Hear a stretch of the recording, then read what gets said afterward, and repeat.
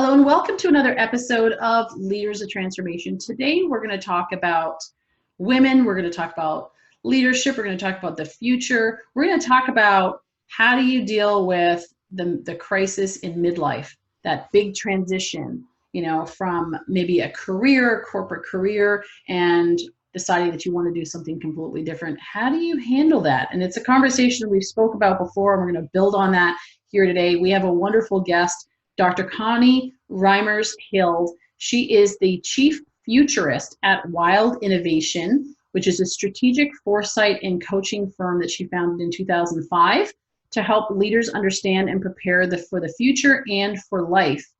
And her most gutsy move, which she'll talk a little bit more about, is leaving a 25-year career, six-figure career, to help other women, especially those in midlife, to pursue their desired futures.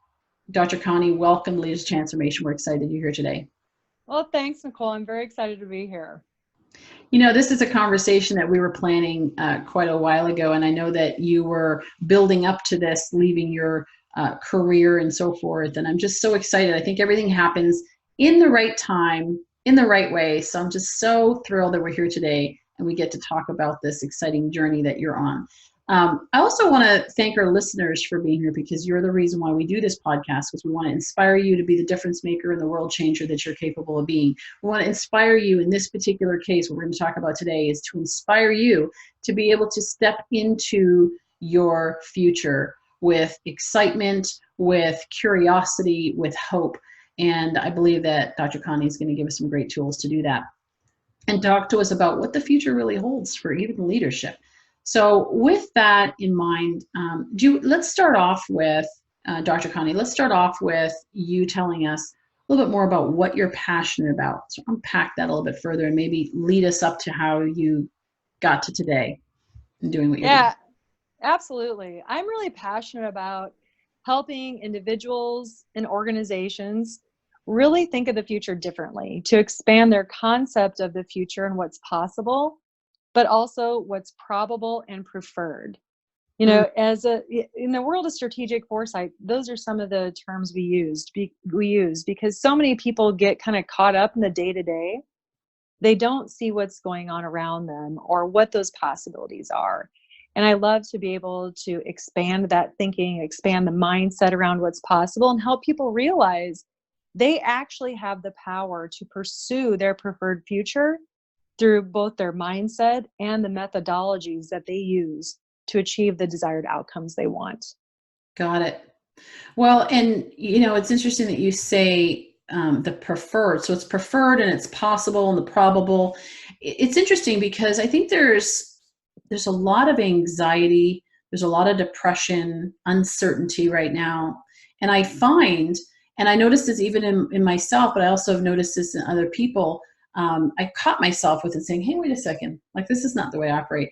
But it's standing kind of when you go through crisis or things are changing your life. And I've went through a series of events over the last few years that have put me into this kind of like just dealing with today. Like, how do we, okay, so this happened, okay, that happened. And you get into this reactive mode. And when you're in this reactive mode, you're in survival mode. And I think there's a lot of people in survival mode right now. And it's hard to see their future. There's a scripture that says where there is no vision, the people perish. And I think that there is a lot of truth to that. If you don't have vision, if you can't see where you're going or envision aspects of it, it's hard to create it. So where do you, with that in mind, where do you help people to start when they come and they say, I don't know, you probably have a lot of people that come to you and say, I know I don't want this, but I don't know what I do want. I just feel uncomfortable and unhappy. Yeah, I think part of it is people haven't taken the time and really made the time to create their vision for the future. And businesses do this, good businesses do this, but very rarely do we see individuals do this. Yes. And honestly, if a business is going to be successful implementing their vision, they need to have employees do the same thing along with them. Because if the employees themselves don't see themselves in that future vision, it's really hard to stay engaged. It's really hard to be a great person showing up every day, getting excited about the path that that business or organization is on. But I would also say we're in a time of transition in humanity as well. You know, never before have we experienced what we're experiencing now.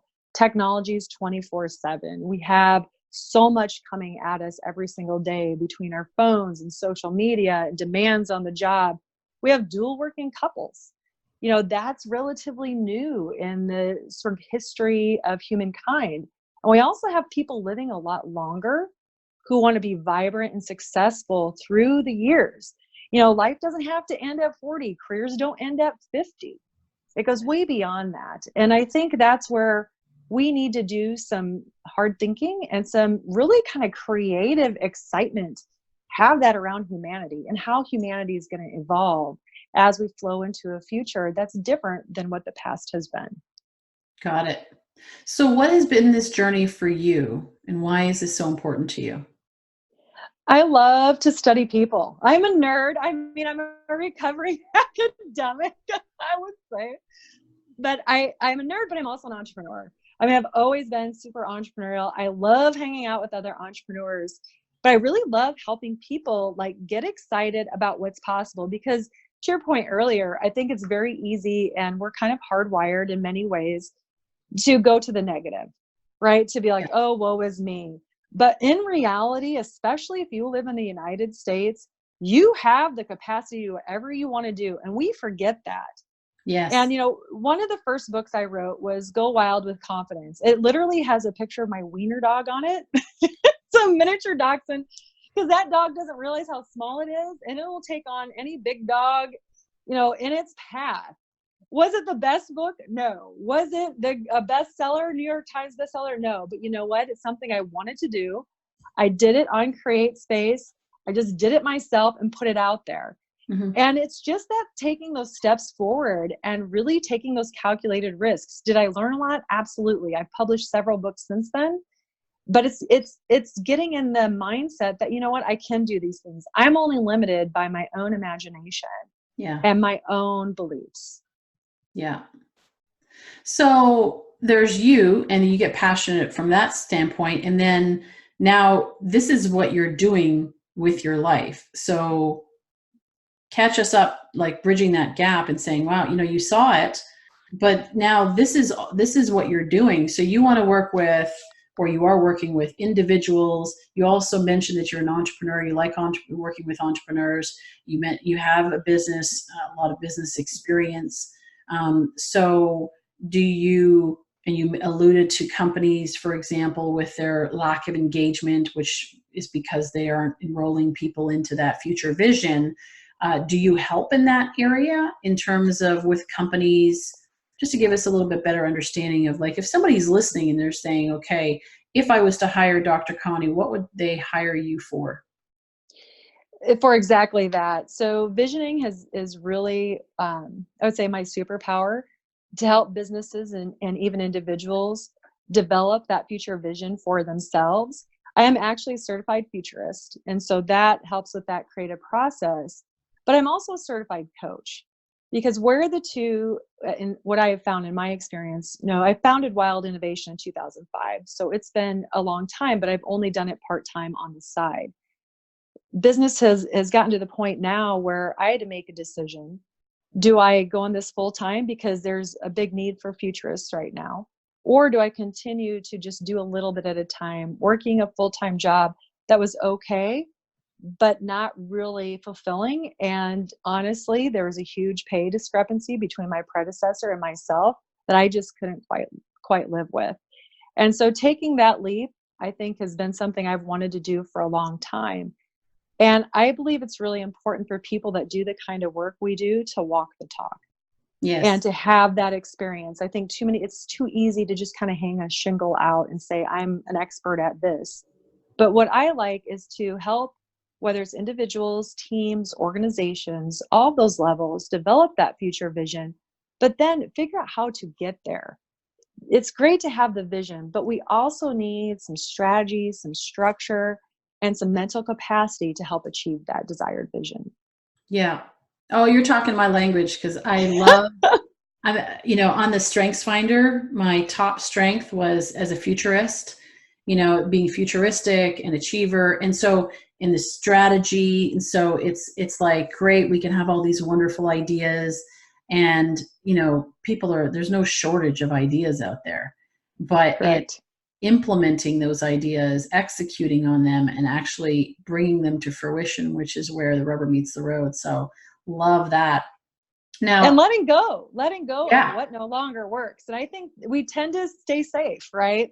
Like we want to be in what we know, even if it's a crappy job we don't like. We would rather stay there many times and complain about it rather than have an adventure and go say, you know what, I'm going to be willing to go in the unknown just to see what happens.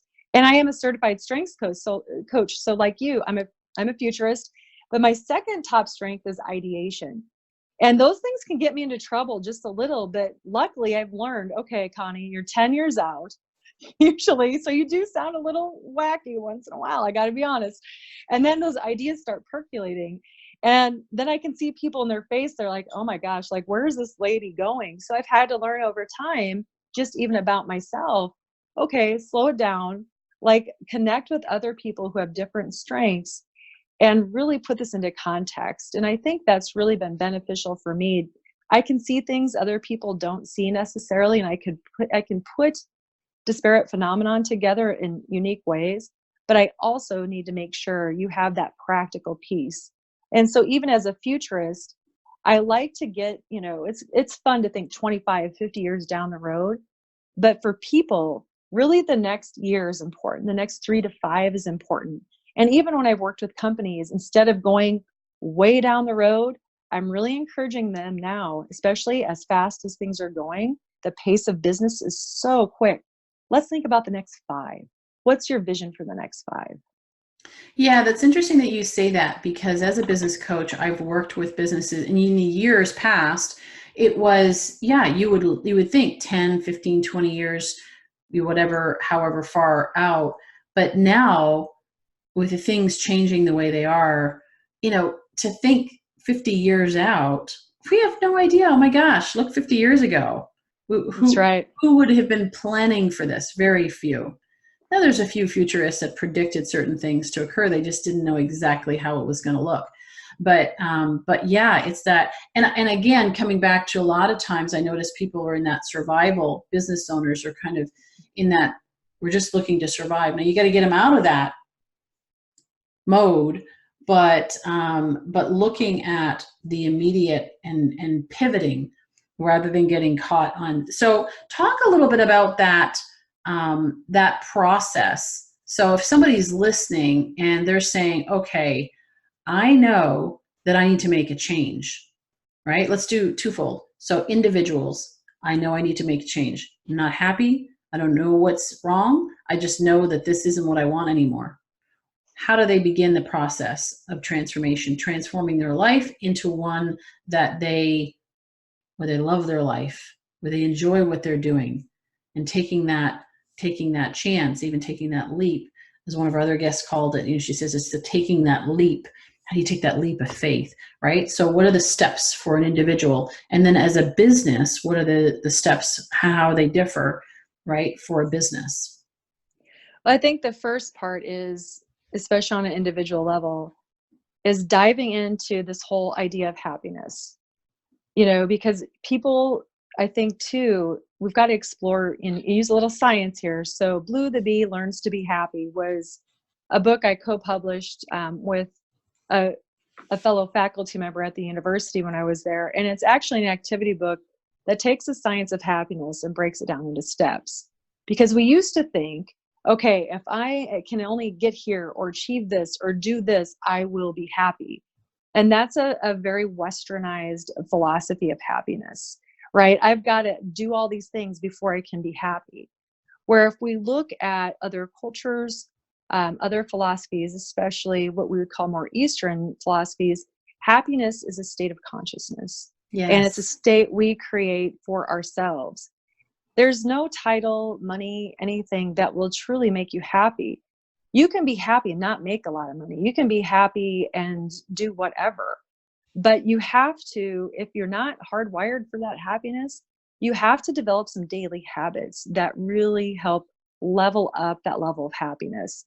And then now science has revealed, once we are in that happy state, if we can get more positive and have that positive mindset, we can then we are more likely to create that desired future and those outcomes we want to achieve.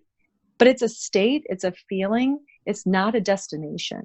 I love that. Actually, recently just posted something on Facebook because there was this meme that said, happiness is a journey, it's not a destination. And I went, no, actually, it's neither a journey nor a destination, because that's deceiving, right? People go, oh yeah, that's such a a pretty picture and such a great concept. Yeah, it's a journey. It's a journey.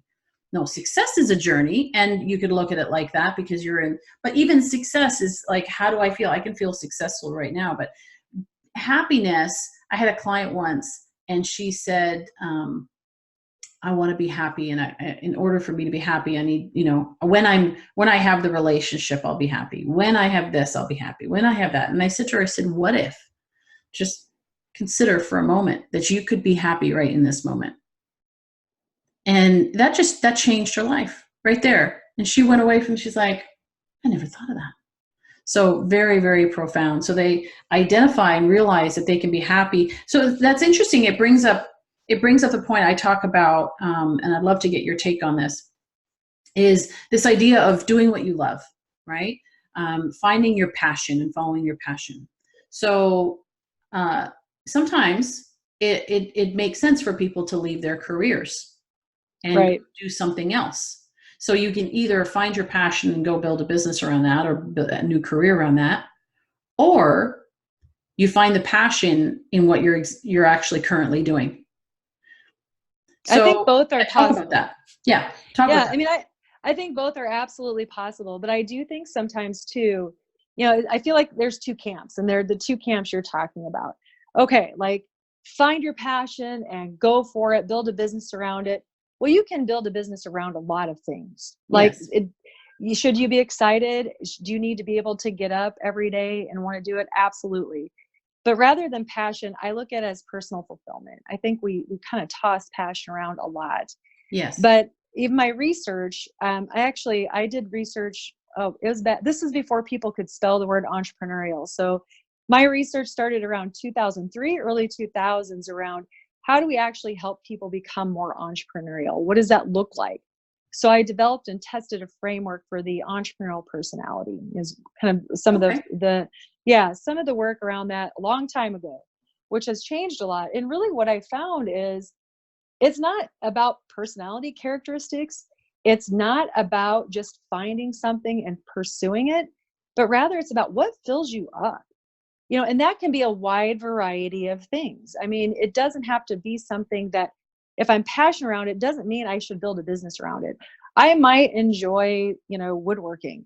Doesn't mean I want to build a business around it. Sometimes we see that people will build a business around something they're passionate about and then they hate it because it's no longer fun. Right? Yes. It's not fun anymore. It became monotonous. But I think too, then there's a second camp that no matter what you're doing, even if it's a crappy situation, you can change it around and make it awesome. After my own situation, I don't really buy that. I think there are times you have to just say, look, is this going to change? If not, then it's time for me to make a change. And that's when we can take those leaps. That's when we can take not just big risks, but calculated risks. You don't have to just do something. It's not like I just decided to leave my job one day. But when it got to the point that the pay gap was $158,000, and every meeting I had with my boss was really ridiculous and didn't go well, and I was really going in with the positive mindset, I was doing all the things I knew to do, I just knew this wasn't the right path. And I didn't necessarily have to look at it in a bad way. For me, it just felt like, Connie, now's the time. Now's the time to go full time with the business. And it took a while for me to get there, but this is the power of coaching, right? I hired a great coach. She really helped me think differently too. We all need that because we tend to get stuck in our story and stuck in our reality. She helped me expand that thinking, but I had to be willing to do it. Not everybody, they can come to you and be sad about something. Maybe they're not even ready to be coached. Yes. I think this is where people need, if they really want to make a change, they need to be open to changing. Otherwise, they stay stuck, but they like somebody else to blame for that story besides themselves. And when I was studying the entrepreneurial personality, it's about taking ownership of your life, not just in business, but in every aspect of your life. Yes, absolutely. And the thing is that if you're not happy in your, to your point about the fact that people sometimes blame others. So sometimes people blame their unhappiness on their circumstance, right? So if you're in a place that, you're kind of like, I'm unhappy, I want to leave here. But if you don't get into a state of happiness, no, no work environment is going to help you. That's right. That's where it's, what if you could be happy right now? And then you can make an intelligent decision about whether or not it's time to leave that environment and launch your own business or go to another career or whatever. But you're not doing it from a place of, I'm not happy and I'm looking for somebody to give me happiness. It's never gonna happen. But yeah, go ahead. I just want to, wrap up this conversation about happiness a little bit too, and it from a bit of a perspective where, most any situation has its positive points, right? And that's where that sort of attitude of gratitude, those types of things are really important, because we do tend to, if we are in the negative, get stuck in the negative. Yeah. But think about it. I mean, we know that people that are more positive make more money, they make more sales, they have more friends. Yeah. It goes down the line, and it makes sense. If you're constantly in that state of negativity, that's the energy you're giving. Yes. So people aren't going to want to be around you, and that means colleagues, clients, whatever. And no one wants to hear you and your sob story over and over and over again. And how many times do you hear somebody talk about that same story? They're stuck, and somehow they need to get unstuck. They may need some professional help with that, but then they've got to be willing to go down that path. Yeah, absolutely. So let's talk about leadership. What is the future that you see of leadership? Because I know you have a lot of experience here. We talked about this previously. And, there is personal ownership, right? There is leadership of personal leadership, if you will. And then there's leadership, organizational leadership. And there's a lot of emphasis on lack of good organizational leadership, using that as a blaming, right? They're creating this environment where I'm now unhappy, or I'm not allowed to do what, all that kind of stuff. But talk about leadership from both of those aspects in terms of, what do you see the future? Because we're in flux, and there's a lot of leadership consultants out there. I have tons of them that ask to be on my show. So I know there's a lot. That's just a small taste, a small sampling of the number of leadership consultants that are out there. And in my mind, I think, okay, so we have all these leadership consultants, which are, a lot of them are saying the same thing. They're just maybe having their own little spin on it, but it's pretty much the same thing. Yet we still have this issue in organizations where 70 to 80% of people hate their jobs, and there's poor performance, and there's lack of engagement, and there's all these things. So we're in flux. Where do you see this going? Well, I guess I'd say leaders are people too. Yeah. I think there's a lot of flux in leadership, like you're saying. I mean, I think when we look at the future of leadership, we're coming out of an industrial era where, it was a corner office CEO, very top level down. It's still like that in a lot of organizations. And I think that's why you see a lot of sort of crisis in organizations, because now you have people who want to be more empowered and feel more empowered. Mm-hmm. I think where some of the challenges exist is that in companies, we say we want innovation. We say we want that to happen. But when we have people that are innovative and very entrepreneurial, very few leaders / managers can handle that. That cultural dynamic has to be able to support those mavericks and innovators in a way that makes sense for the organization. Why is that? Why do they not have, or why are they not able to handle that?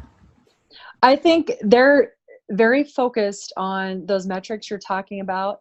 You know, there's a lot of pressure for those bottom line quick results. Mm-hmm. And a lot of times that innovation may not lead to the quick win, the quick result.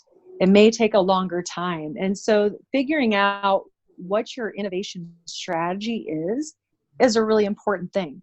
But also, I think you still have leaders that, you know, I think in so many ways we say we want leaders that are nurturing, empathetic, you know, all these things, but a lot of people that get promoted in traditional organizations are not that. They're the bottom line people who get things done. They're the drivers. Yeah. They're the drivers. And so I think too, we have a little bit of, we're saying one thing, but we're promoting and rewarding another. And somehow we have to rectify that as a society. Now, on the other hand, I think too, you know, as an employee, that's what you are, is an employee. You are there to be part of the organization. You're there to show up and work. And I think we too have a little bit of, I'm owed this or that. Yes. And that's really not how it is. I mean, I hate to say that. It's not like it should be that way, but in a great culture, you wouldn't have either. But so few organizations that can achieve that or working towards that great culture. But I think too, we also have this case of organizations wanting to be the best place to work. They want a good front image, but they're really not, again, walking that talk to say, yeah, we're actually doing it. We have made the changes we need to make. We have engaged our employees. We have engaged our customers, and we have listened to them, not just through a survey, but we're hearing what they're saying, and we're doing what needs to be done to change it. I'm a huge proponent of what I call the inner leader, because I have to even question sometimes, you know, for a long time, we've looked to somebody else, you know, an organization, sort of been the philosophy, I'm looking to this leader to help lead me somewhere. In the world would you want that to be the case? Rather than, you know, I mean, I think that's just so dated. Rather than that, be your own leader at work, but help those leaders solve their problems, create a better organization. But again, do in a positive, constructive way, rather than looking at the negative and going negative. Like, what's the opportunity there to make it better? Yeah. So what motivates people? Personal fulfillment motivates people. You know, you have external and internal motivation, definitely. But in the end, it's still personal fulfillment. And for some, that might be that title and pay. For others, it might be a more altruistic sort of approach. But in the end, if you aren't personally motivated by something, you tend not to do it, you tend to avoid it, and eventually you burn out because you really aren't in it for the long haul. Yeah. Now you have a new book, The Bee Who Was Too Busy. Tell us about what that book's about. Yeah, you know, in my own transformation, you know, the last several years, and with the aging population and workplace changes, now we have so many different generations, you know, in the workplace. But personally, I really was like, okay, I hear about the boomers and millennials, but those of us in Gen X have been just knocking it out of the park for years. And we're not even on the radar screen. And I've really been very intrigued by this whole thing. But, you know, I know a lot, especially women, a lot of my friends even, who still haven't been able to break through that glass ceiling, who, you know, have had to look at their future and think, okay, if I stay here, I'm going to get probably here. That's kind of where it's looking. Or I could go here. And so I really wanted to focus on people in midlife and people in middle age, partly because I wanted to understand what I was going through myself. But also, you know, I've coached a lot of people who sort of have lost part of themselves through kids, careers, you know, just life. Yeah. And it's a great time to transform and really think about who you want to be next. Like, take this in and have the freedom to make the changes you want to make, because you do get that sudden realization, okay, I'm not going to be around forever. I mean, this is what happens. We all get old or we die. These are the only two options we have until, you know, we become cyborgs in the future, I guess. But it's actually a fully illustrated book for adults. It's a short read. It's a fun read. We worked with an author, Bruce Aron from Omaha, Nebraska, who does children's books, to make a book for middle-aged adults. And it's The Bee Who Was Too Busy, a story about a middle-aged bee who decided to be more wild and free. And yes, you can do it too. Because again, people need to have the mindset that things are possible. Yeah, that's great. And I know your husband wrote a book on fatherhood, and you wrote another, I don't know how many books you've written. There's several, obviously, but you wrote a book with your children as well. So tell us, so that's like, this is like a family affair. It So, is, and yeah. even my business is a family affair now. My daughter is, I don't know, again, it's a generational thing. She can make videos on the iPhone in like 5 minutes. They're just outstanding. I'm like, great, you can start. Let's get those on YouTube. Here we Oh my go. goodness, that's amazing. Oh, you have those Yay. tech skills. Let's In-house. put them to work. That's right. But then it was actually the book on happiness. Blue the Bee Learns to Be Happy, because even with my kids, I started to notice, we get caught up in a lot of drama. We get caught up in a lot of negative. I'm like, oh, we cannot go through life like this. And it's not something you're going to learn in school. So we're going to focus on it at home. And they actually help me with all those activities and exercises, because you can do them as an individual, but what's even better is a team or a family. A lot of these things start and end at home. Yes. It's not just in the workplace. We need people to have a great home life if we want a great workplace. And Absolutely. I think so much of that is the future of work. And why not have kids in this day and age help write, publish, do these creative works, create things that are viable in the marketplace, and learn how to be entrepreneurs even in grade school. Oh, I love it. Yeah, I think well, I wouldn't say I was born in the wrong time, but I remember when I was growing up and I was a teen, even preteen, and I was helping my parents in their business, and that was so foreign. So when I was in high school and I had, I know that a lot of people have had their little businesses and so forth, but I was like all in. This is my business. I registered it with the ministry at 16, and I'm going to, build this business. And I was traveling to conferences and doing these things with my parents and helping them in their business already at that age. And it was so foreign. And to me, it just made so much sense because my parents just involved us. They were European, moved to Canada, and they've got this young family, and they're just like, hey, we're all in this together. So, and I was like, oh, okay, so what can I do? And my brother's like, what can I do? And we actually developed personal responsibility through that. There's so many lessons. And I find that over the years, I've helped with second generation entrepreneurs and helping parents. How do they engage their kids? Most people, most kids don't know what their parents really do for a living. They have no idea. And they don't really care much either. And they wonder, parents wonder, well, why do they resent me going away on that business trip? It's because they don't really, interesting. It's the same thing that's happening in companies where if you have employees that are not connected to the future vision, they don't have any motivation. They don't have any engagement. It's the same thing at home, that if your kids don't understand why you're going out and doing this, or especially if you're going to do a side hustle, why you're going out in the evening after hours or spending time in your office rather than hanging out with them and watching TV or whatever, and you're doing that because you are building something for yourself and for them. But if they don't understand that, they're going to resent it.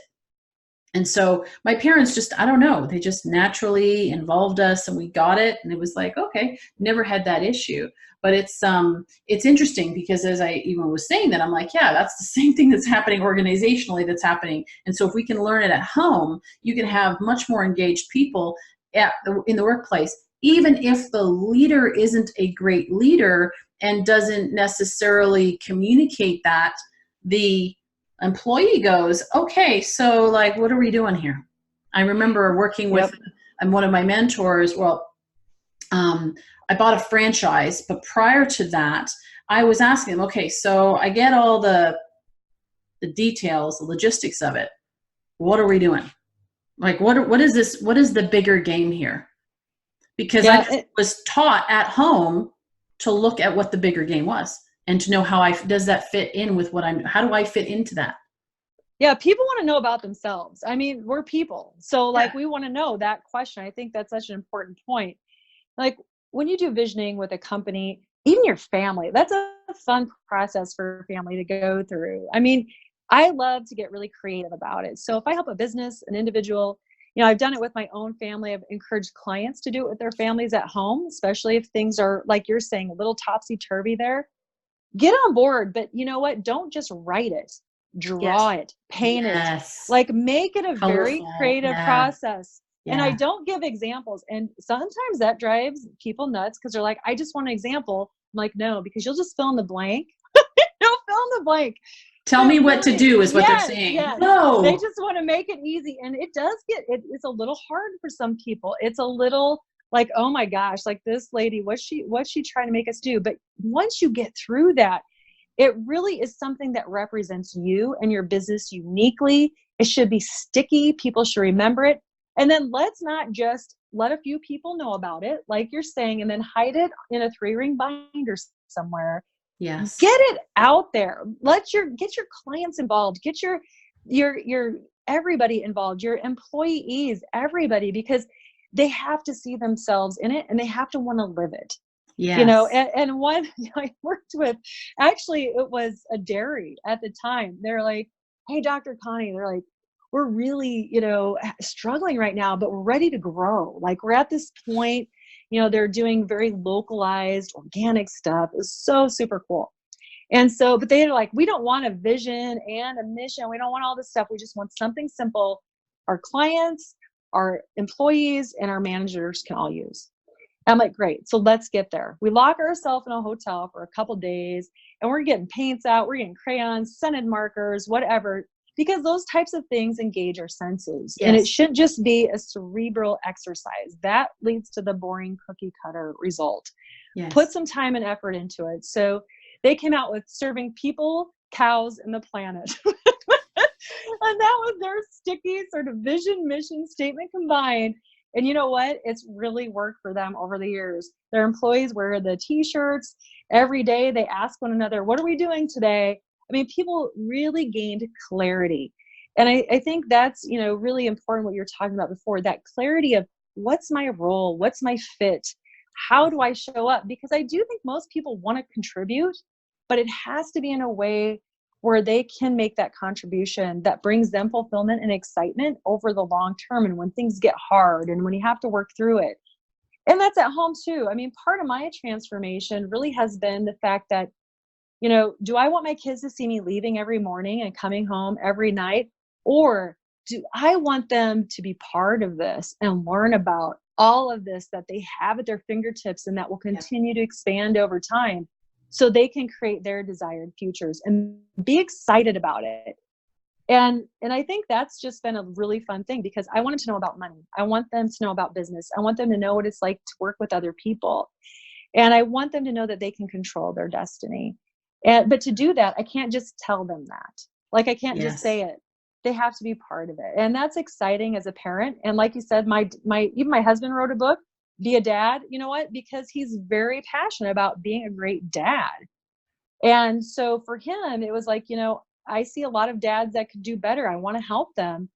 And the great thing is we are in an era, while confusing and a little challenging, where we can do things you may not have even dreamed about 20 years ago. Yeah. It's interesting because as we're talking about the future, what we're actually talking about is going back to some grassroots, old school. You're in Nebraska, old school farming. The whole family got involved in it and they understood the business from a very young age. It's so interesting how things come full circle. And I think it's awesome. All right. So if people want more information about you, they go to askdrconnie.com. That's ASKDR Connie.com. We'll make sure this is in the show notes. You have a next step. You have something that you had put together. It's a blog that talks through. Do you want to talk about that? And then we'll make sure the link is in the show notes so people can get to it. Yeah, absolutely. I have a coaching exercise on the blog for your listeners. I developed for your listeners because I love your podcast and I love the work that you do. And it's called Live Your Future, Write a Story About Your Dream Life in 2025. So the exercise is Dream Life 2025. They can go down, it's just a downloadable PDF. But again, I'd encourage them to get very creative around it, right? Make a moment about it. Don't just like write it out, make a like to-do list. Like, I love to sit outside, and I even put this on the worksheet. I love to go on my deck with some hot tea, get my colored markers and pens out, whatever I like, and really think about what 2025 is not that far away. Again, it's not like, it's 40 years out, but really think about, what do I want my life to be? And it's not just about the job I want. This is life. So it's about my romantic relationships, my family relationships, my friendships, my career. Putting all those things together in one vision is really important, because if we segment that out, we tend to only be pursuing one thing. And sometimes that's what causes a little bit of that unhappiness too. We want full lives as people. We want to feel like we are filled up, not just at work, but at home and in other elements of our life. And I think too, that's where in midlife, I've really wanted and been helping a lot of, especially women, through that process, because things have changed for them. They see things differently in this era of life. And it's a great time to sort of take stock and think about the next 10, 5, whatever that looks like. But again, not just developing the vision, but the how to get there. And so I'll be launching an online course called F School, Futuring School, here in about a month or so. And I'm really excited about that. You can find more information on AskDrConnie.com about that as well. Or follow me on Instagram or Twitter at AskDrConnie. Beautiful. Dr. Connie, thank you so much today for sharing a little bit of your passion and your experience in doing this. You're not just talking about it, you're not just coaching on it, but you're actually living it. You're right in it, which is, I love having conversations with people who are kind of like really in it. They're not, they're not thinking about it theoretically. So this is a day-to-day thing for you. I'm just really excited for you to share from that place. So thank you. Well, thank you. And thank you for this opportunity. And thanks for getting this podcast out here. Your message needs to be heard. Oh, thank you. Well, we love doing it. And I love showcasing people who are making a great impact in the world. And I believe that it's really important that people hear more of those stories so that they can realize that it's possible, that they are not alone in wanting to do something more, and giving them some tools and ideas and how they can do that, practically speaking, so that they can not just have that idea, but bring that idea to fruition. So I think we've given them some great tools today. And so for those of you that are listening, I encourage you, Leaders of Transformation, take action. Go to her website, download the PDF. It's free. Go download it and do it. And do what she's suggesting, because it'll make all the difference for you. So I encourage you that. We'd love to hear your stories. You can go on leadersoftransformation.com. You can find us on social media, of course, and reach out to us and let us know how this has impacted you, some of the ideas. And if you need some support in going through this process and launching, then reach out and get the support you need so that you can build the future that you truly want. So we encourage you to that. We look forward to seeing you on the next episode of Leaders of Transformation real soon.